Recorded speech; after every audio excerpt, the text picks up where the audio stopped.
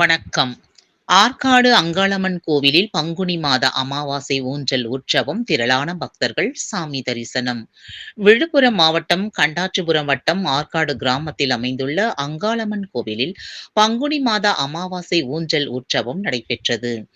இதில் திரளான பக்தர்கள் கலந்து கொண்டு சாமி தரிசனம் செய்தனர். ஆற்காடு கிராமத்தில் அமைந்துள்ள பிரசித்தி பெற்ற அங்காளம்மன் கோவிலில் மாதந்தோறும் அமாவாசை விழா வெகு விமர்சையாக நடைபெறும். அதன்படி பங்குனி மாத அமாவாசை விழாவையொட்டி நேற்று முன்தினம் ஊஞ்சல் உற்சவம் நடைபெற்றது.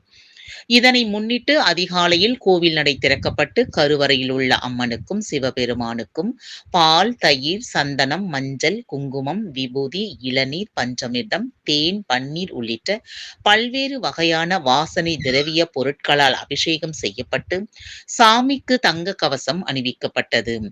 அதன் பிறகு உற்சவ அம்மனுக்கு பல வகை பூக்களை கொண்டு மீனாட்சி அங்காளம்மன் அலங்காரம் செய்யப்பட்டு கோவில் உட்பிரகாரத்தில் பக்தர்களுக்கு அம்மன் காட்சியளித்தார்.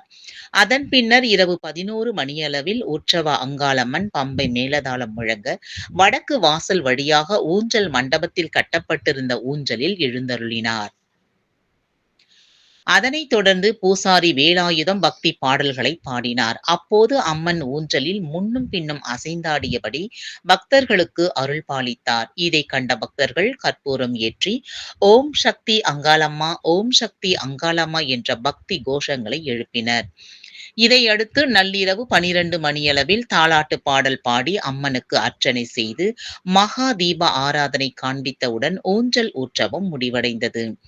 அதன் பின்பு அம்மன் உட்பிரகாரத்துக்கு கொண்டு செல்லப்பட்டார். பங்குனி மாத அமாவாசை என்பதால் திரளான பக்தர்கள் சுற்று வட்டார பகுதியில் இருந்து பக்தர்கள் மற்றும் பெரும் திரளான பக்தர்கள் கலந்து கொண்டு அம்மனை தரிசனம் செய்தனர். தரிசனம் செய்த பக்தர்கள் அனைவருக்கும் திருக்கோவிலூர் ஆன்மீக செம்மல் தேவி பாலமுருகன் தம்பதியரால் அன்னதானம் வழங்கப்பட்டது.